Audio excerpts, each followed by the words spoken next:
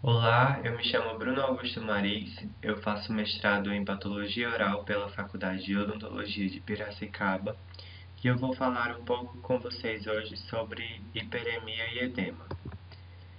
Para iniciar a nossa aula, eu vou fazer uma pequena introdução sobre o sistema circulatório e depois disso nós vamos ver as diferenças entre hiperemia e congestão, as causas e a morfologia do edema.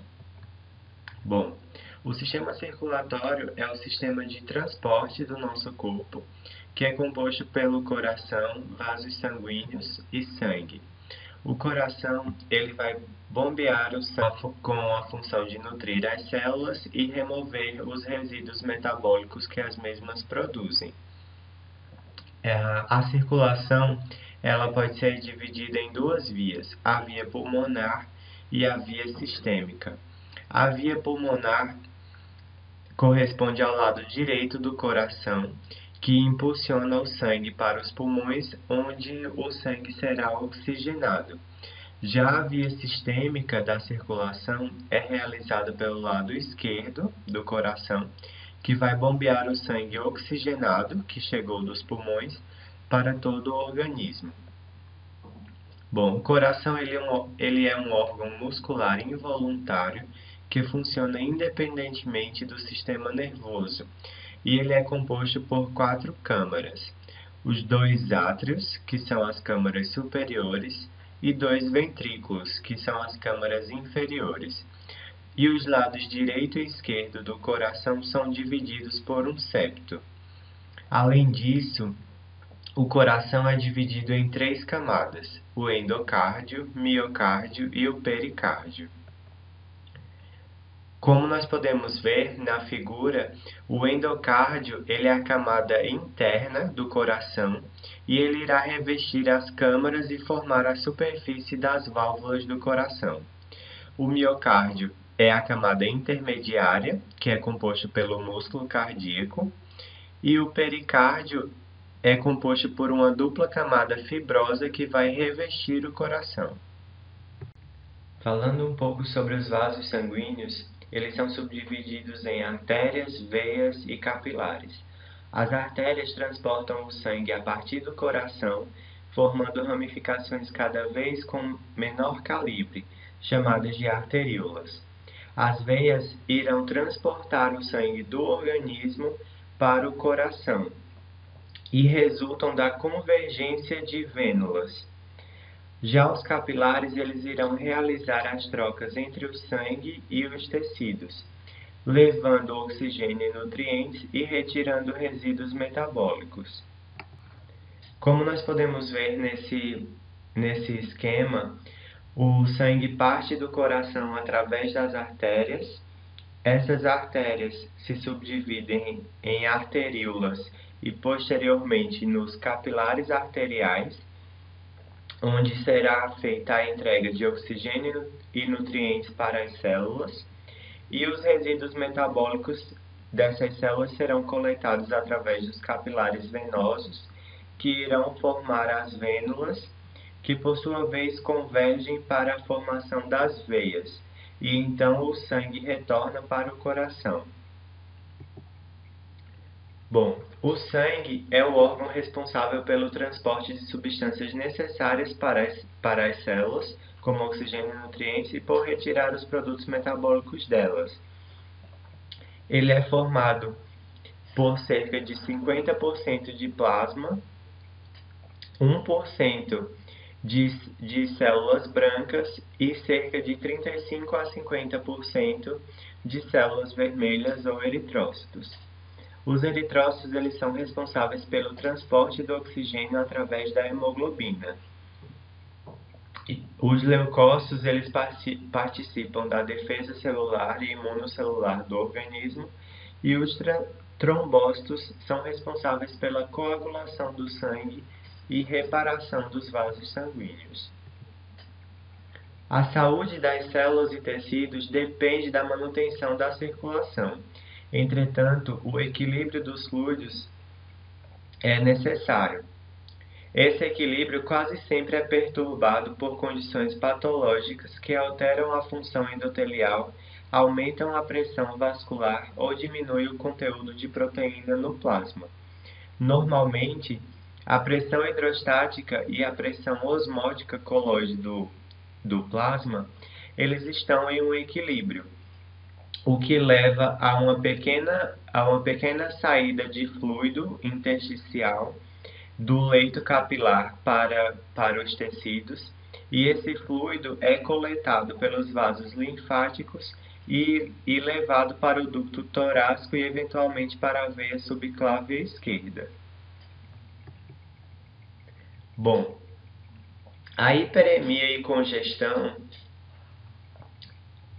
é definida como o aumento do volume sanguíneo em um determinado tecido que ocorre por diferentes mecanismos. A hiperemia é considerada um processo ativo resultante da dilatação das artérias e aumento do influxo sanguíneo. Já a congestão é um processo passivo resultante do comprometimento do fluxo de saída do sangue venoso de um tecido. Na figura à esquerda, nós podemos observar o esquema de um processo de hiperemia, onde há o aumento do influxo sanguíneo, que ocorre, por exemplo, quando fazemos exercícios físicos ou quando existe algum processo inflamatório. Na direita, nós vemos um processo de congestão, onde há diminuição do fluxo de saída de sangue de um determinado tecido, que pode acontecer, por exemplo, se ocorrer uma obstrução local. Então, na hiperemia, os tecidos são mais avermelhados do que o normal devido ao acúmulo de sangue oxigenado, como nós podemos ver nas figuras do músculo esquelético após exercício físico ou, por exemplo, na gengiva inflamada. Na cavidade oral, nós podemos observar na gengivite um aspecto avermelhado brilhante devido à inflamação, e na pulpite irreversível, quando há aumento do influxo sanguíneo na polpa, e esse grande volume de sangue provoca eritema, pulsação e rubor. Como nós podemos ver nesses cortes histológicos, os vasos sanguíneos preenchidos por hemácias na polpa inflamada. Já na congestão, nós observamos uma coloração azul avermelhada anormal devido ao acúmulo de hemoglobina desoxigenada. Ela pode ocorrer sistemicamente quando há insuficiência cardíaca ou localmente se ocorrer obstrução venosa local. A congestão crônica de longa duração, ela pode causar perfusão tecidual inadequada, e essa hipóxia persistente pode levar à morte celular e fibrose dos tecidos. Quando a pressão intravascular está elevada, pode ocorrer edema, ruptura dos capilares e hemorragias focais. Exemplos de congestão nós podemos observar no fígado, onde há congestão passiva crônica e necrose hemorrágica. Na figura central, nós observamos áreas centrais mais escuras e deprimidas, que dão um aspecto de fígado em noz moscada. E no corte histológico, nós observamos necrose hepática com hemorragia e células inflamatórias dispersas. Já o edema, ele é o acúmulo de fluido intersticial dentro dos tecidos.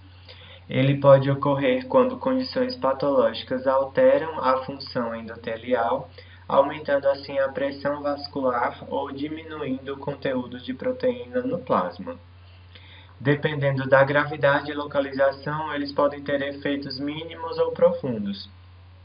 Por exemplo, o edema que ocorre nas extremidades inferiores, principalmente nos pés, após um longo dia sentado, ou pode causar efeitos mais graves, como é o caso do edema pulmonar, que pode levar até a morte. Normalmente, o fluxo de saída do fluido produzido pela pressão hidrostática na extremidade arteriolar é equilibrado pelo influxo devido à ligeira elevação da pressão osmótica na extremidade venular. Ocorre um pequeno fluxo líquido para o espaço intersticial, mas ele é drenado pelos vasos linfáticos. Então, se ocorre uma alteração nesse equilíbrio, ocorrerá acúmulo de líquido nos tecidos, causando assim o edema. O fluido extravascular também pode se acumular em diferentes cavidades corporais. Por exemplo, se ocorre acúmulo de líquido na cavidade pleural, esse processo recebe o nome de hidrotórax. Se ocorre na cavidade pericárdia, como é o caso da foto, é chamado de hidropericárdia. E, por exemplo, se ocorre na cavidade peritoneal, é chamado de hidroperitônio ou de ascite. E o processo chamado de anasarca é o edema grave generalizado com profundo inchaço dos tecidos subcutâneos e acúmulo de fluido nas cavidades corporais. Existem diversas causas fisiopatológicas que podem provocar o edema. Por exemplo, a pressão hidrostática aumentada, que pode ser causada por retorno venoso comprometido ou por dilatação arteriolar. As principais causas do retorno venoso comprometido são insuficiência cardíaca congestiva, pericardite constritiva, ascite ou obstrução ou compressão venosa, que pode ser causada por trombose, pressão externa ou inatividade da extremidade inferior. A segunda causa principal de edema é a pressão osmótica plasmática reduzida, ou seja, uma diminuição da pressão osmótica na extremidade dos capilares venosos, que pode ser causada por glomerulopatias, cirrose hepática, desnutrição proteica ou gastroenteropatias, que vão diminuir a quantidade de proteína no plasma. O edema também pode ser causado por obstrução linfática, levando ao edema loco-regional, que pode ser causado por processos inflamatórios neoplásicos, pós-cirúrgicos ou pós-irradiação, por exemplo, em pacientes que tiveram câncer e foram removidos os linfonodos perto do tumor, ou que sofreram irradiação dessa área que podem levar ao edema. Além disso, a inflamação, que pode ser aguda ou crônica, ou também pelo processo de angiogênese, e a retenção de sódio, que pode ser causada pela dieta e pela insuficiência renal do paciente, ou por uma reabsorção tubular aumentada de sódio. Detalhando um pouco mais desses processos, aumentos locais na pressão hidrostática podem resultar do retorno venoso comprometido, por exemplo, quando ocorre trombose venosa profunda em uma das extremidades inferiores e ocorre edema de uma perna, como é o caso da figura. Aumentos generalizados da pressão venosa, que podem causar edema sistêmico, ocorrem na insuficiência cardíaca congestiva, onde o coração não consegue ser preenchido por sangue devido ao espessamento e rigidez das cavidades, ou então quando o coração não consegue bombear o sangue adequadamente, porque ele apresenta cavidades finas e esticadas. Bom, um pequeno esquema de como a insuficiência cardíaca pode levar ao edema. Quando o paciente apresenta uma insuficiência cardíaca, ocorre diminuição do fluxo sanguíneo renal, o que causa a ativação do sistema renina-angiotensina-aldosterona, que leva à retenção de sódio e água nos rins, tentando corrigir esse volume sanguíneo, o que leva também a um maior edema. E se ocorre desnutrição ou diminuição da síntese hepática de proteínas, ocorre diminuição da albumina plasmática, diminuição da pressão osmótica plasmática e também vai levar ao edema. Bom, sobre esse aspecto, a albumina é responsável por quase metade da proteína plasmática total. E na síndrome nefrótica, os capilares glomerulares danificados passam a extravasar a albumina, levando à sua perda, além de outras proteínas plasmáticas. E também pode haver diminuição da produção de albumina na doença hepática grave ou também no processo de desnutrição proteica. Se ocorre diminuição da pressão osmótica, os rins passam a reter uma maior quantidade de sal e, consequentemente, de água no sangue, o que gera o aumento do edema. Já em processos inflamatórios, ocorre aumento do fluxo sanguíneo, resultante da vasodilatação, e também aumento da permeabilidade vascular. Além disso, ocorre vasodilatação das arteríolas, resultando em aumento do fluxo sanguíneo e abertura dos leitos capilares. A microcirculação torna-se mais permeável e o líquido rico em proteínas extravasa para os tecidos. A saída de líquido rico em proteínas durante o processo inflamatório é chamado de exudato, que não deve ser confundido com transudato, que é o acúmulo de líquido intersticial causado pelo aumento na pressão hidrostática, por exemplo, quando ocorre redução do retorno venoso. O transudato é pobre em proteínas e pobre em células sanguíneas. Vários mecanismos contribuem para o aumento da permeabilidade vascular na inflamação, como a contração das células endoteliais, lesão endotelial, aumento da transcitose e também aumento da angiogênese.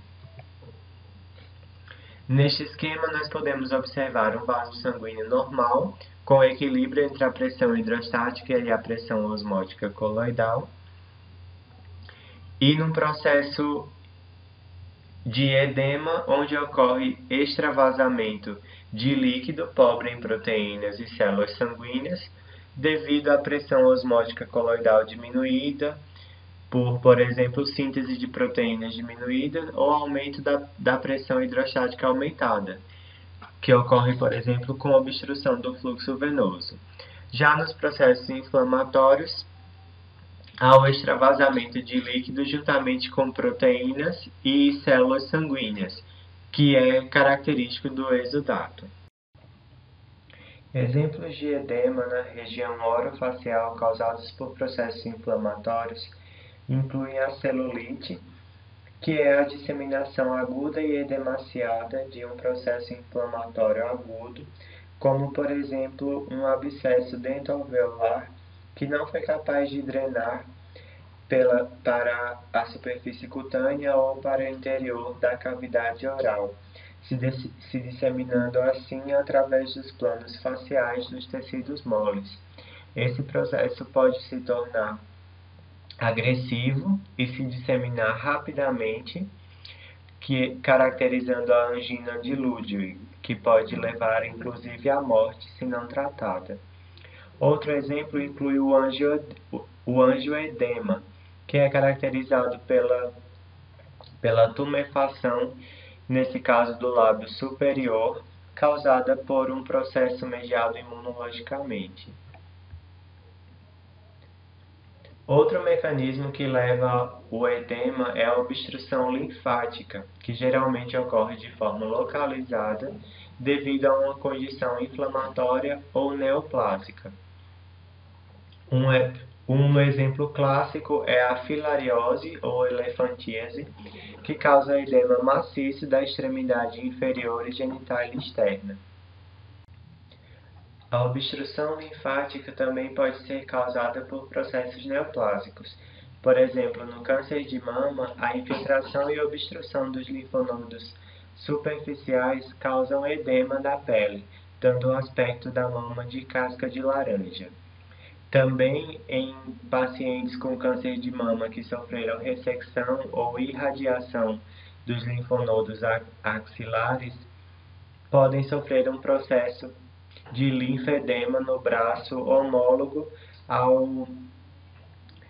ao seio que foi tratado. Outro mecanismo que leva ao edema é a retenção de sódio e água, que vai levar ao aumento do volume intravascular e ao aumento da pressão hidrostática e diminuição da pressão osmótica no sangue. O aumento da retenção de sódio e água pode ser causado por diversas doenças que comprometem a função renal, como glomerulonefrite pós-estreptocócica e insuficiência renal aguda. Bom, o edema ele é facilmente reconhecido à inspeção geral. Ele é mais frequente nos tecidos subcutâneos, no pulmão e no cérebro. O edema subcutâneo pode ser difuso, mas normalmente é mais pronunciado nas extremidades inferiores, se o paciente está em pé, ou no sacro, se o paciente está, por exemplo, internado em ambiente hospitalar e não consegue levantar, o que caracteriza o edema dependente. Além disso, quando o tecido edemaciado é pressionado, essa pressão dos dedos desloca o fluido intersticial, o que é denominado edema depressível, como nós podemos observar na figura abaixo. O edema decorrente de disfunção renal frequentemente se manifesta primeiro nos tecidos conjuntivos frouxos, como é o caso da pálpebra, na foto superior. Já o edema cerebral, ele pode ser localizado, causado por um abscesso ou tumor, ou ainda generalizado, levando ao estreitamento dos sulcos e ao entumecimento dos gírios cerebrais, como nós podemos observar na figura abaixo. No edema pulmonar, os pulmões ficam com 2 a 3 vezes com seu peso aumentado e, quando cortado, o tecido apresenta um fluido espumoso e sanguinolento. Microscopicamente, nós podemos observar na figura acima um edema cerebral, onde nós observamos essas áreas mais claras, e na figura abaixo, no pulmão, os alvéolos são preenchidos por líquido, causando desorganização do tecido. Bom, como um resumo dessa aula, nós podemos observar que o edema é resultado do movimento de fluido da vasculatura para dentro do espaço intersticial, e esse fluido pode ser pobre em proteínas, caracterizando o transudato, ou rico em proteínas, caracterizando o exudato, que é comum na inflamação. Além disso, o edema pode ser causado por aumento da pressão hidrostática, aumento da permeabilidade vascular, diminuição da pressão osmótica do sangue, obstrução linfática e retenção de sódio. Como referências e leitura complementar para essa aula estão esses livros e esses sites sobre patologia geral.